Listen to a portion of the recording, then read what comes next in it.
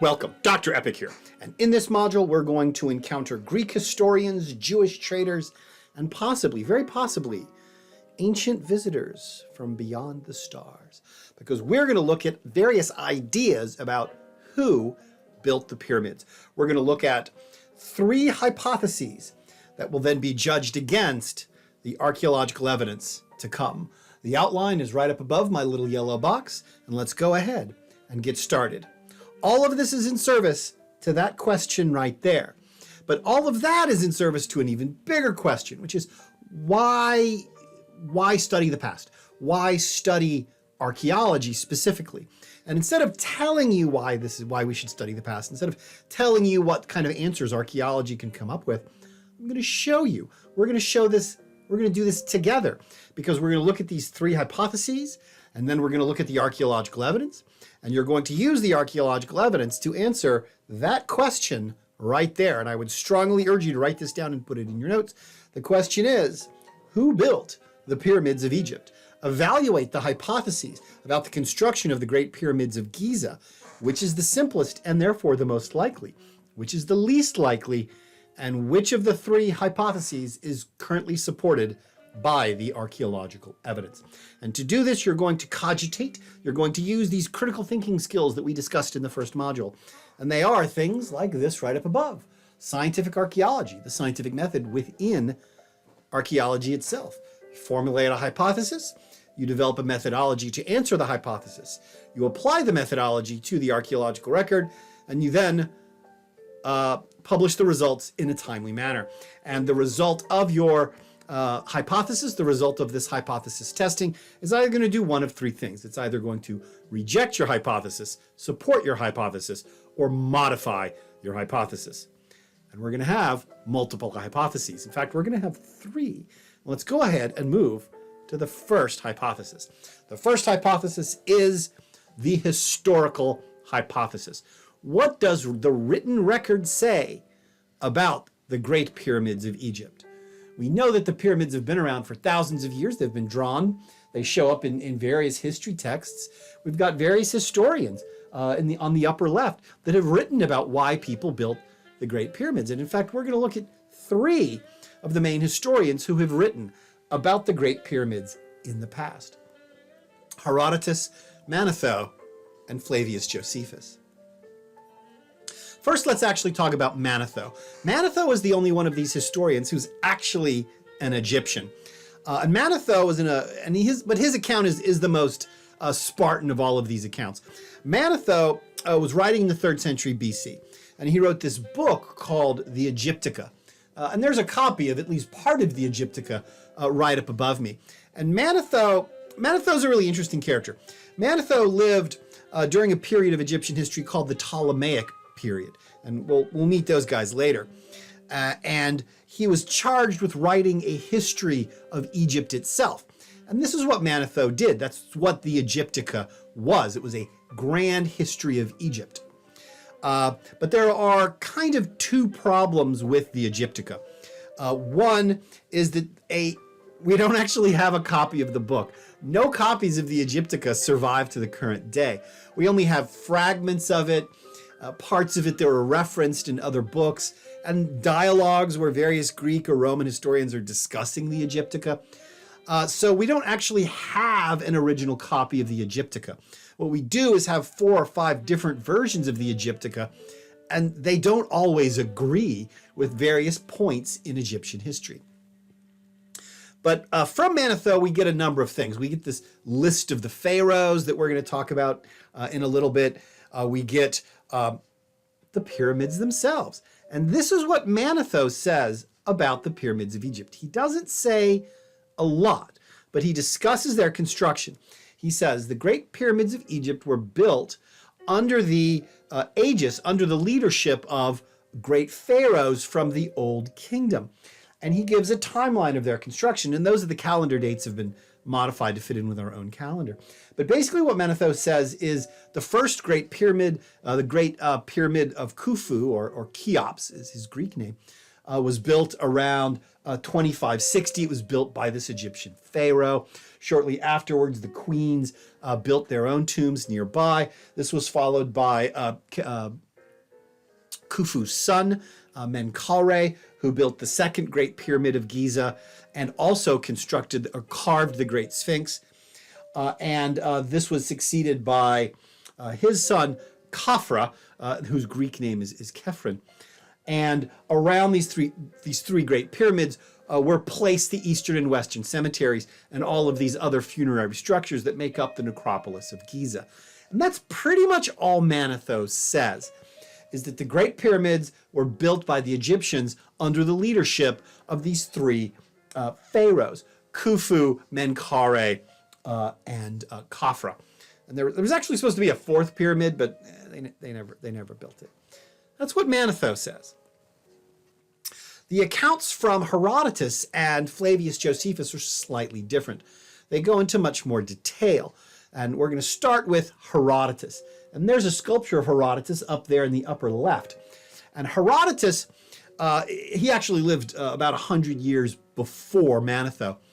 And what Herodotus says, Herodotus is this great Greek historian. He's known as the father of history.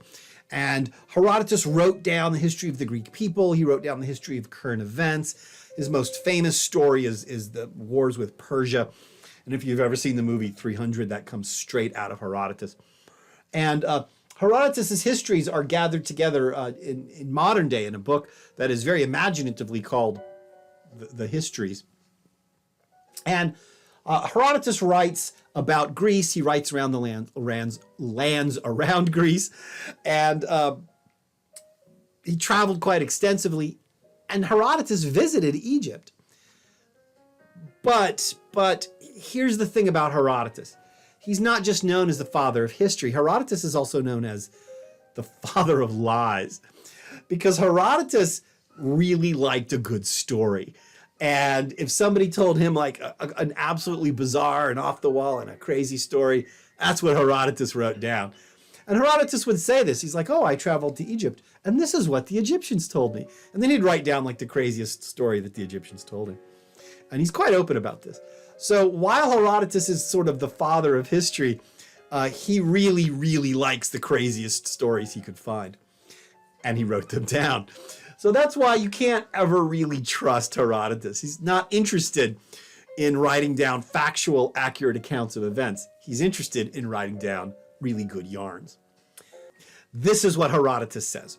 Herodotus says that the great pyramids of Egypt were built by these pharaohs of old, by Khafra, Menkaure, and Khufu, not in that order, and that this is the important part, they enslaved their nation to do it. These were cruel, wicked kings who visited cruelty and oppression upon their people, dragging and impoverishing their nation to build these great funerary monuments to their own vanity.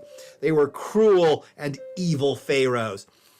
And even though Herodotus never uses the word slave, it is from Herodotus's writings and from Herodotus's history that we get this idea that slaves built the pyramids, because these vicious, wicked, cruel kings are enslaving their nations to do so. And when people say slaves built the pyramids, this is where it comes from. It comes from Herodotus. He definitely leaves the impression that the Great Pyramids are these monuments of cruelty, vanity, and oppression. And he is, again, not above a really ripping yarn. He loves these stories. One of the stories that Herodotus gives is that the pharaohs were so intent on finishing their pyramids, and they were so intent on completing these great monuments to their own vanity, that they bankrupted the entire kingdom of Egypt. And hungry for money to finish their pyramids, the pharaoh put his own daughters, the princesses of Egypt, were placed in a brothel to service foreigners and to service businessmen, and the proceeds from their services went into the construction of the pyramids. But Herodotus writes, the princesses were clever, and they demanded that not only did their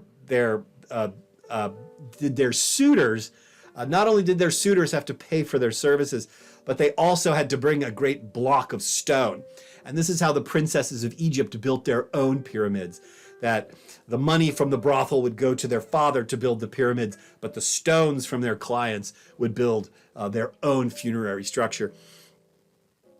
Probably not true, but if it was true, in one of these in one of the lesser pyramids, they often have over 100,000, 200,000 stones in them. So if the story is true, those princesses were very, very, very busy people.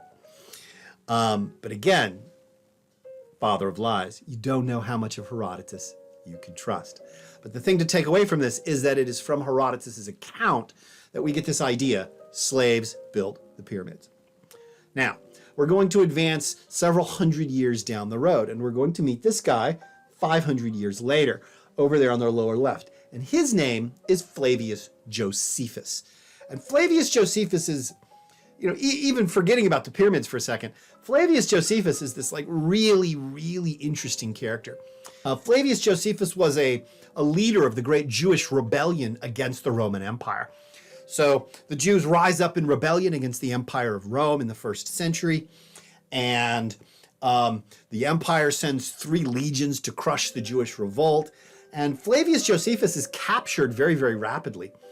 He's captured very early in the rebellion. And they drag him in front of the general who's leading the legions against the Jewish rebellion. And he basically falls on his hands and knees and proclaims the general, whose name is Vespasian, "Hail Caesar," because there was a lot of political turmoil going on in Rome. And this general liked this idea. Flavius said he'd had a vision from God, and God was going to make Vespasian the next emperor of Rome. Vespasian liked the sound of that. So he spared Josephus's life. And in fact, Josephus he switches sides. He becomes the sort of great traitor to the Jewish rebellion. He works for the Romans against his own people, and he helps the Romans crush the Jewish rebellion. They smash the city of Jerusalem. They smash Masada. And, Flavius Josephus is known as this great historian, but he is also this great traitor to the Jewish people. But he's made a citizen of Rome. And then Vespasian actually becomes emperor. So Josephus is given Roman citizenship. He's given all this wealth. He's given the gratitude of the Empire of Rome for helping crush the rebellion of his own people. And then Flavius Josephus spends the rest of his life doing something really interesting. Flavius Josephus spends the rest of his life gathering together the history of the Jewish people. He basically spends the rest of his life going around the Middle East, visiting these destroyed Jewish cities, and gathering together little scraps of Jewish heritage, little scraps of Jewish history, and writing these books that compile, the history of the Jews. And there's one of his more famous books, The Antiquity of the Jews. This is one of the reasons that Flavius Josephus is this really unusual character, because he is both, a great traitor to the Jewish people, but he is also one of the greatest Jewish historians to have ever existed. And he preserved a lot of Jewish tradition and history after the destruction of the Jewish nation. It's Flavius Josephus. But for our purposes here, Flavius Josephus talks about the pyramids. Flavius Josephus underscores Herodotus' idea that slaves built the pyramids. But Flavius Josephus combines Herodotus with the Jewish book of Exodus. And he basically says not only did slaves build the pyramids, but Flavius Josephus argues that Jewish slaves probably built the pyramids. And it is from these ideas, from Herodotus, from Flavius Josephus, where we get these ideas, this idea that slaves built the pyramids, because that's generally what the written record says. Slaves built the pyramids. And this is how we get all of these illustrations, in these history books of the 19th and 20th centuries. There you see on the lower left, the pyramids being constructed. They're hauling blocks. And if you look at that little fellow on the left, you're going to see that guy in all of these images. The slave driver, the overseer. There he is. He's wearing that little Egyptian, I don't know, even whipple. I don't even know what they call that thing. And he's got his whip. He's got his whip right under his arm because He's going to hit those guys. If they're not moving that block of stone quick enough, he's going to hit them. Oh, and there you see, right up above me, Israelite slaves in Egypt building the pyramids. And there's the overseer. There's the overseer, the slave driver with his whip. And he's going to hit that guy. He's going to build a pyramid faster. All right? And you see these slave drivers and you see these overseers in all of these images of the pyramids being constructed. In fact, there was a terrible movie that came out a while back called Gods and Kings, which literally portrayed Jewish slaves building the pyramids of Egypt. I doubt anybody's seen the movie. I mean, it was a complete flop. But I bring it up to point out that this is where this idea comes from.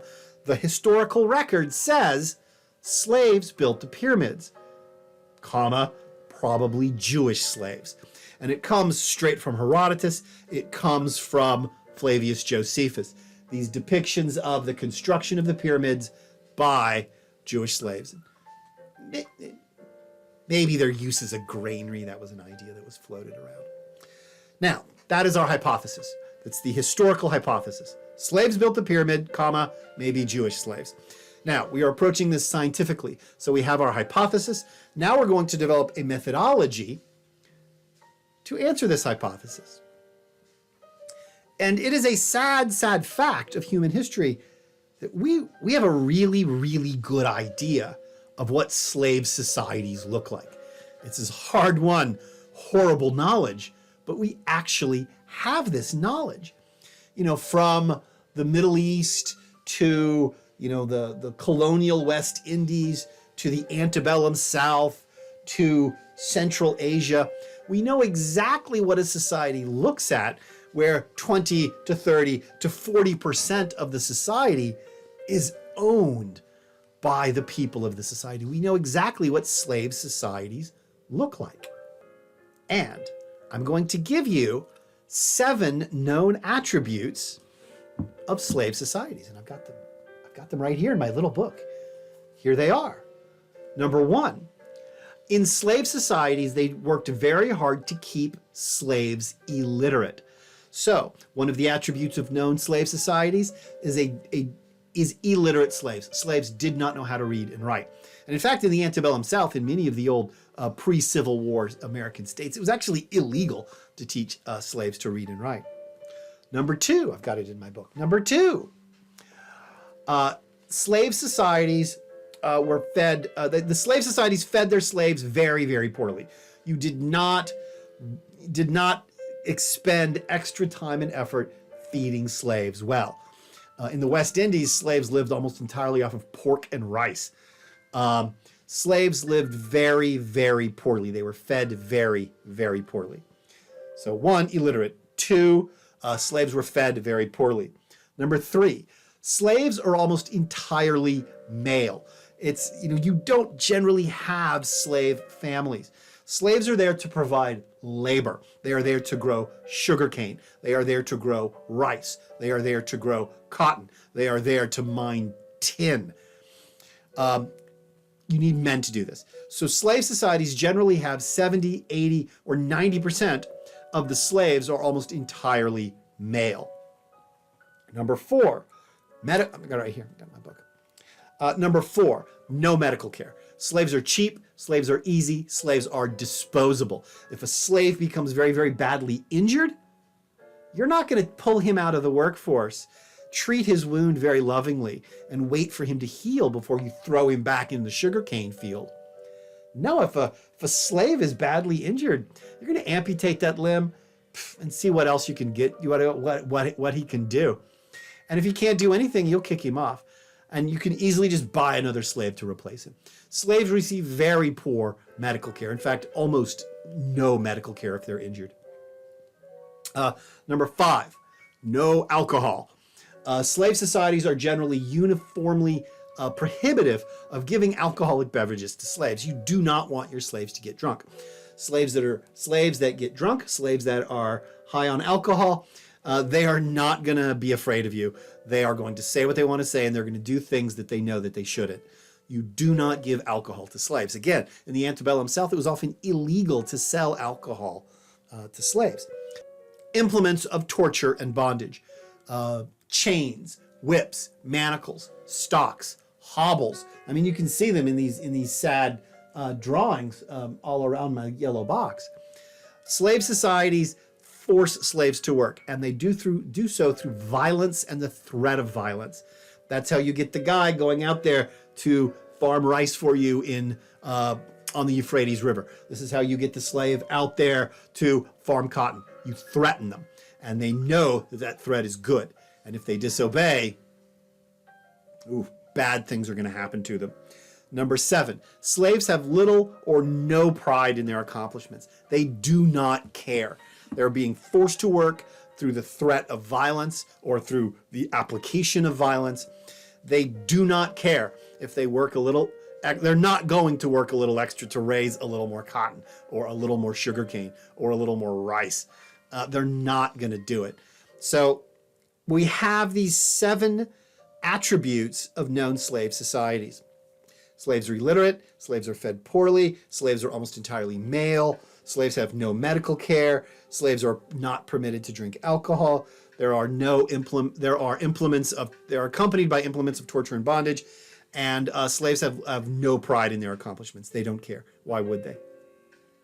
So we have our hypothesis. Slaves built the pyramid, Jewish slaves. So now we're going to look for archaeological indicators of these 7 attributes of known slave societies.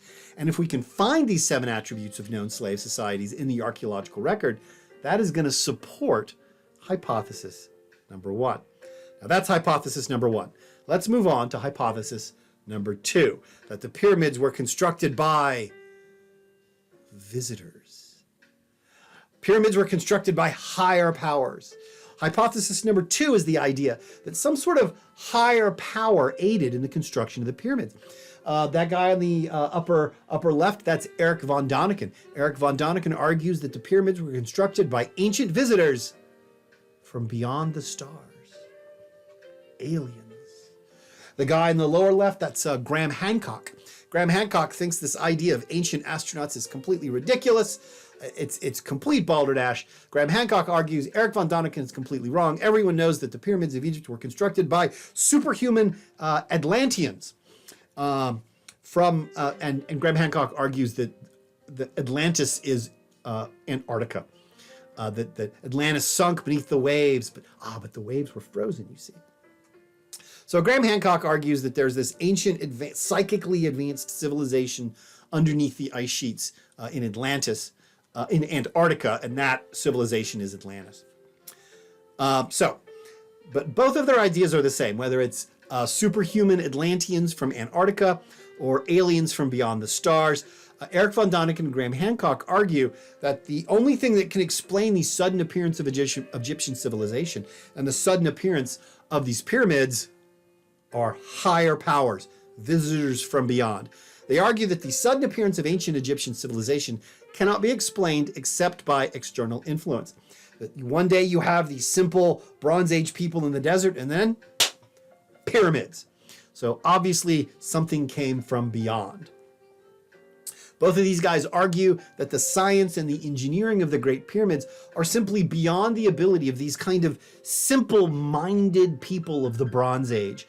These simple-minded Bronze Age Egyptians could not have possibly built these giant, mathematically perfect objects out of stone using simple bronze tools. It's ridiculous. They argue that the ancient Egyptians either were simply present when the ancient astronauts or Atlanteans built the pyramids, or that the ancient Egyptians worked under the direction of these higher powers. But ultimately, it is the higher powers that are responsible for the construction of the pyramids. This hypothesis claims that the mathematical relationships that you find in the Great Pyramids of ancient Egypt, that the underlying math of the pyramids are simply too complex for ancient Egyptians. And in order to build these pyramids, you have to have pretty good engineering. You have to have pretty good mathematical knowledge. And this is actually quite correct. That to build a pyramid that fits all of these dimensions, you need to have both a working knowledge of the Pythagorean theorem and an idea of the basic ideas of cosine in order to get the angle the same on all four sides and the same the entire length of the pyramid. Furthermore, they argue that the numerology of the pyramid replicates the dimensions of the planet Earth itself. And they argue that there is no way that ancient Egyptians could have had this kind of knowledge. There's no way that ancient Egyptians had these kind of advanced mathematical ideas or any concept of the dimensions of the Earth. And this is the argument that is made by these higher power ideas by Eric von Däniken and Graham Hancock. They argue that, okay, if you take the dimensions of the Great Pyramid, it's 3,000 feet high. It's 418 feet high, and the perimeter is 3,000 feet. And if you add those together and multiply it by 43,200, you get the exact dimensions of the planet Earth itself. How could an ancient Bronze Age people in the desert have known that if they add the height plus the perimeter and multiply it by 43,200, you get the dimensions of the planet Earth? That's crazy. That couldn't have been just an accident. Someone had to tell them what to do. The higher power people argue that there exist these cosmic correlations that the ancient Egyptians are too simple-minded to have discussed about. And one of these things is called the Orion correlation theory. It's in all caps, it's important. The Orion correlation theory, and we're going to return to the Orion correlation theory later. The Orion correlation theory argues that the three pyramids of the Giza Plateau, there they are right up above me, that they align perfectly with the three stars of the belt of Orion. That they align perfectly. And even if they're not perfect, they align not necessarily with the modern position of the stars, but the position of the belt of Orion as it would have been 10,000 years ago. And there's a drawing up there on the upper left that shows how the three stars of the belt of Orion line up with the three pyramids of Egypt. How could these ancient Egyptians have known the positions of stars tens of thousands of years ago in the ancient past? Clearly, they had help from beyond. Atlanteans, ancient aliens, who knows? But they argue definitely that with the relationship of the pyramids with the dimensions of the planet Earth, with the correlation of the three pyramids to the belt of Orion, these pyramids are not tombs, but instead they are ancient structures of mysterious function built 10,000 years ago. And they are correlated to the mathematical dimensions of the planet Earth and its place in the cosmos, possibly as a signpost telling these ancient visitors where to go or where to come from, or maybe they left it as a message to us, telling us where to go. It's coming together. One of the ideas that comes out of these ideas of ancient visitors or higher powers, one of the things they often point at is this thing there called the Dendera Light. Now, the Dendera Light is based off of that sculpture there in the upper left. Now, the next bit gets very, very important. So open your head and write this down. Be sure to put these bits of knowledge in your head. That piece of sculpture comes, here we go, from a temple known as the Temple of Hathor. And the Temple of Hathor is located in a place called Dendera in Upper Egypt. So it's the carving of on the upper left is from the Temple of Hathor in Dendera, which is found in Upper Egypt. And a lot of these people who argue higher power stuff look at that drawing and they say, oh my God, this is a drawing of an electric light. That it shows one of these ancient visitors holding this piece of advanced ancient technology. And there is a reconstruction of it on the lower left of what the Dendera Light would have looked like. And they argue that this advanced technology was used in the construction of the pyramids. They argue that, look, during the construction of the pyramids, if you go inside the pyramids themselves, there's no scorch marks from any torches. There's no markings of soot on the ceilings. How did they find their way? Electric lighting. They argue that the Dendera Light suggests that electric lighting was used in the construction of the pyramids. So who were these higher powers? Who were they? Who could they have been? I'm not saying it was aliens. But we know. Our third hypothesis is the easiest of the three. The third hypothesis is a null hypothesis. There it is in all caps, so you know it's important. A null hypothesis is absolutely the easiest one to understand. A null hypothesis argues that all other hypotheses are incorrect and a new hypothesis must be created. The null hypothesis states that there is no correlation between existing theories and current evidence. In this case, we're going to use it as follows: that both hypothesis 1 and hypothesis 2 are equally incorrect, and therefore a fourth hypothesis must be created in light of new evidence. A null hypothesis always exists in scientific thinking. It always exists in critical thinking. And it basically says none of the above. Everything else is wrong. So we have our three hypotheses. Hypothesis 1, the historical hypothesis. Slaves built the pyramid, maybe Jewish slaves. Hypothesis number 2, that the pyramids were constructed by ancient powers, were constructed by higher beings, possibly from beyond the stars. Hypothesis 3 is the null hypothesis. All other hypotheses are wrong, and a fourth and new hypothesis must be created. And with those hypotheses, we're now going to turn to the archaeological record itself, and we're going to see which one of these hypotheses is best supported by the actual archaeological evidence from Egypt herself. And that's what we're going to do next time, and I will see you there.